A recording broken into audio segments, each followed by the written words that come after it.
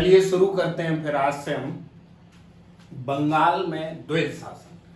सबसे पहले हमने ब्रिटिश नियंत्रण में देखा था। शुरुआत में आधुनिक भारत में हमने पुर्तगालियों का आगमन, फिर डच का आगमन, अंग्रेज, डेनिश और फ्रांसीसी। इसके बाद ब्रिटिश किस तरीके से नियंत्रण कर रहे हैं, तो ब्रिटिशों ने सबसे पहले बंगाल पर नियंत्रण किया था, जिसमें प्लासी का युद्ध था 1757 में, जिसमें ब्रिटिशों ने अपनी पकड़ मजबूत बनाई और अपना कठपुतली नवाब रखा। उसी के साथ बक्सर के युद्ध में ब्रिटिश पूर्णतः बंगाल पर नियंत्रण कर लिए थे और 1764 में जब बक्सर का युद्ध हुआ, उसके पश्चात 1765 में इलाहाबाद की जो संधि होती है वह क्लाइव के नेतृत्व में वो संधि हुई है, क्लाइव के मौजूदगी में वो संधि होती है। तो उसी के साथ बंगाल में द्वैत शासन की शुरुआत होती है। तो सबसे पहले क्वेश्चन आपका आएगा कि बंगाल में द्वैत शासन की शुरुआत कब हुई?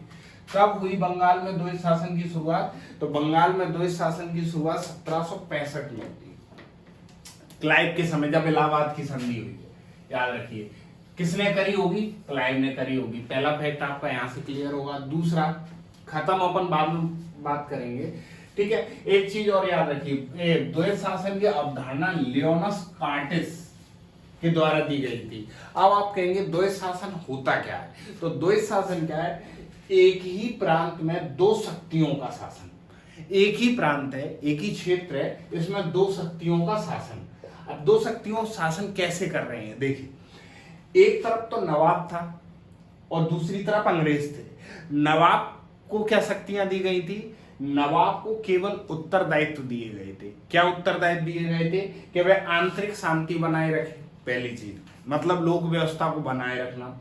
फौजदारी न्याय से संबंधित मामले थे वो नवाब को दिए गए। तीसरा, प्रशासनिक दायित्व के जितने मामले थे वे किसे दिए गए? नवाब को। दूसरी तरफ अंग्रेजों ने क्या लिया? राजस्व वसूली। राजस्व की वसूली किसने ली? अंग्रेजों ने।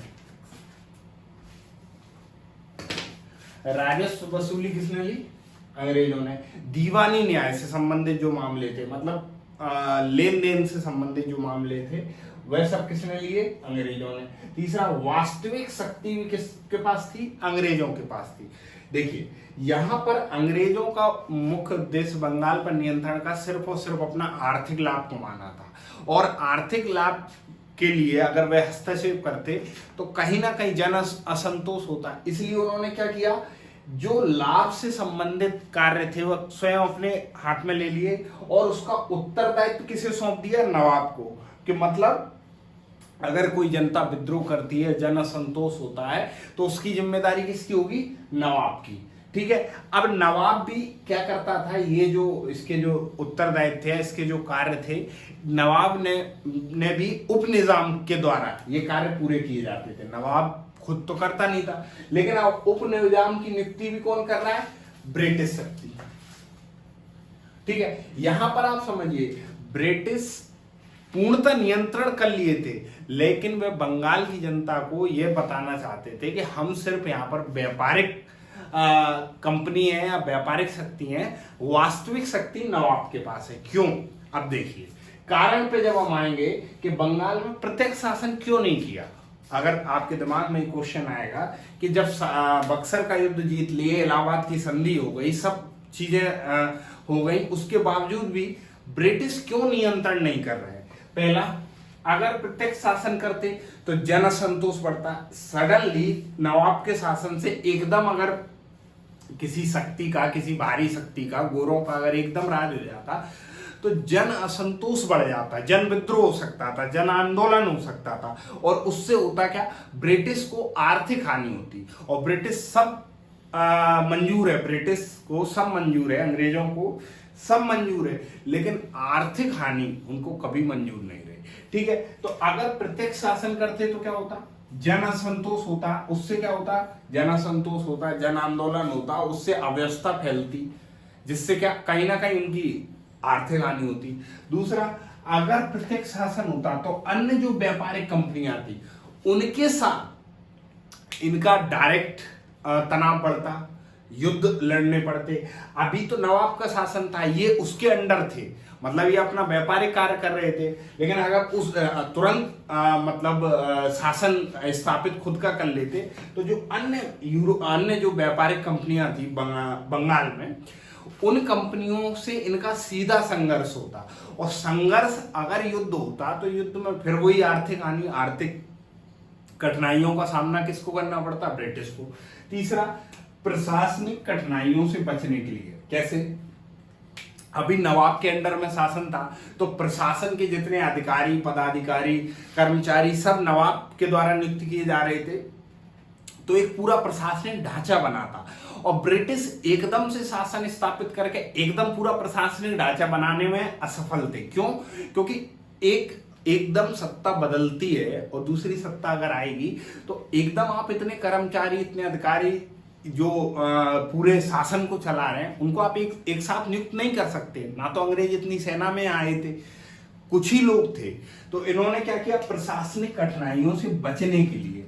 चौथा, प्रत्यक्ष शासन करते। अगर प्रत्यक्ष शासन करते तो फिर ब्रिटिश जो संसद थी, ब्रिटिश सत्ता थी, उसकी निगाहें यहाँ हो जाती और वह फिर कंपनी में ज्यादा हस्तक्षेप करने लगती और शायद पूर्णतः हस्तक्षेप करने लगती, जैसा कि हम आगे देखेंगे भी। जब ब्रिटिश नियंत्रण के बाद जो हम टॉपिक पढ़ेंगे उनमें देखेंगे, ठीक है। तो अगर प्रत्यक्ष शासन करते तो क्या था? ब्रिटिश सत्ता हस्तक्षेप करने लगती। इसलिए ये कारण थे कि उन्होंने बंगाल में द्वैध शासन अपनाया। अब इसका परिणाम क्या हुआ? देखिए, कर वसूली कर रहे हो, कितनी कर वसूली कर रहे हो, कितनी नहीं कर रहे हो, ये सब अंग्रेज कर रहे हैं। जरूरत से ज्यादा कर रहे हैं, तो जरूरत से ज्यादा करेंगे तो क्या होगा? असंतोष होगा। लेकिन अब असंतोष तो हो रहा है, लेकिन इनके हाथ में मतलब इन्होंने तो क्या करा है? कर वसूली का कार्य दिया है। असंतोष होगा तो उसको संभालेगा कौन? नवाब संभालेगा। तो यहां पर क्या हुआ? उत्तरदायित्व तो नहीं था इन पे, तो कानून व्यवस्था कमजोर हो गई। भाई ये इनका काम था कर वसूली करना, अगर इन पर उत्तरदायित्व होता, कोई भी शासन है, अगर शासन निरंकुश है तो निरंकुश शासन में तो उत्तरदायित्व का कोई सवाल ही नहीं है। लेकिन अगर शासन जन कल्याण का है या हम बोल सकते हैं कि जनता के द्वारा चुना गया है, तो एक उत्तरदायित्व होगा। और अगर उत्तरदायित्व होता है तो वहां निरंकुशता नहीं होती, ठीक है। तो यहां पर इन्होंने क्या किया? मनमाने तरीके से कर वसूली कर रहे हैं, ठीक है। अब कर वसूली तो कर रहे हैं, लेकिन जनता इससे शोषित हो रही है, जनता पीड़ित है इससे। तो जनता जब पीड़ित है तो जनता विद्रोह करेगी। लेकिन इन्होंने तो कह रखा है कि उत्तरदायित्व किसका है? नवाब का है, हमें मतलब ही नहीं है। दूसरा, कंपनी ने मनमानी कोई भू राजस्व वसूला, जैसा कि हमने आगे देखा। कंपनी के व्यापारी, अब यहां क्या था? कंपनी के व्यापारी निजी व्यापार पर बल देने लगे। कंपनी के व्यापारी जब निजी व्यापार पर बल देने लगेंगे तो क्या होगा? भ्रष्टाचार बढ़ेगा। और भ्रष्टाचार बढ़ने का से आगे चल के इसका नुकसान कंपनी को भी पड़ा।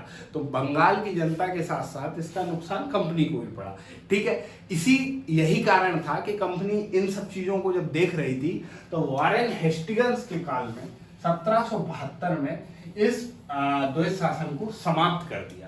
तो क्वेश्चन अगर आएगा कि बंगाल में द्वैध शासन की शुरुआत किसने की थी, तो क्लाइव ने की थी। आपको याद होना चाहिए, इलाहाबाद की जब संधि हुई थी 1765 में, और उसके बाद इसकी समाप्ति करी थी वॉरेन हेस्टिंग्स ने। इसमें दो कथन और याद रखिए। के.एम. पडिक्कर एक इतिहासकार हैं जिन्होंने इसे डाकुओं का राज कहा, डाकुओं का शासन कहा, क्योंकि लूट खसोट हो रही थी। यहां पर अंग्रेजों को सिर्फ कर वसूलने का मुख्यतः अधिकार थे, तो वो मनमानी रूप से कर वसूल रहे थे। लेकिन उत्तरदायित्व किस पे था?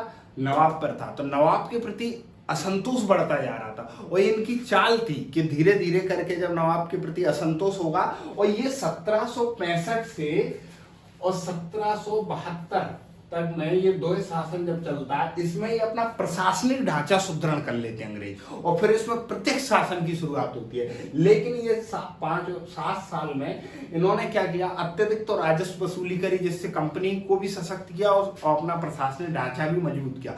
और इसी नीति के तहत जब ये यहाँ पर अधिक शक्तिशाली हो जाते हैं, फिर इसके तहत ही एक क्रम अनुसार नियंत्रण करना स्टार्ट करते हैं। जैसे कि अभी हम मैसूर पर नियंत्रण की बात करेंगे, तो यहाँ एक और कथन है, जॉर्ज कार्नवाल एक ब्रिटिश सांसद थे, इन्होंने कंपनी की सरकार से अधिक भ्रष्ट झूठी सरकार कोई दुनिया की कोई सरकार नहीं है, इस तरीके का इन्होंने कथन दिया।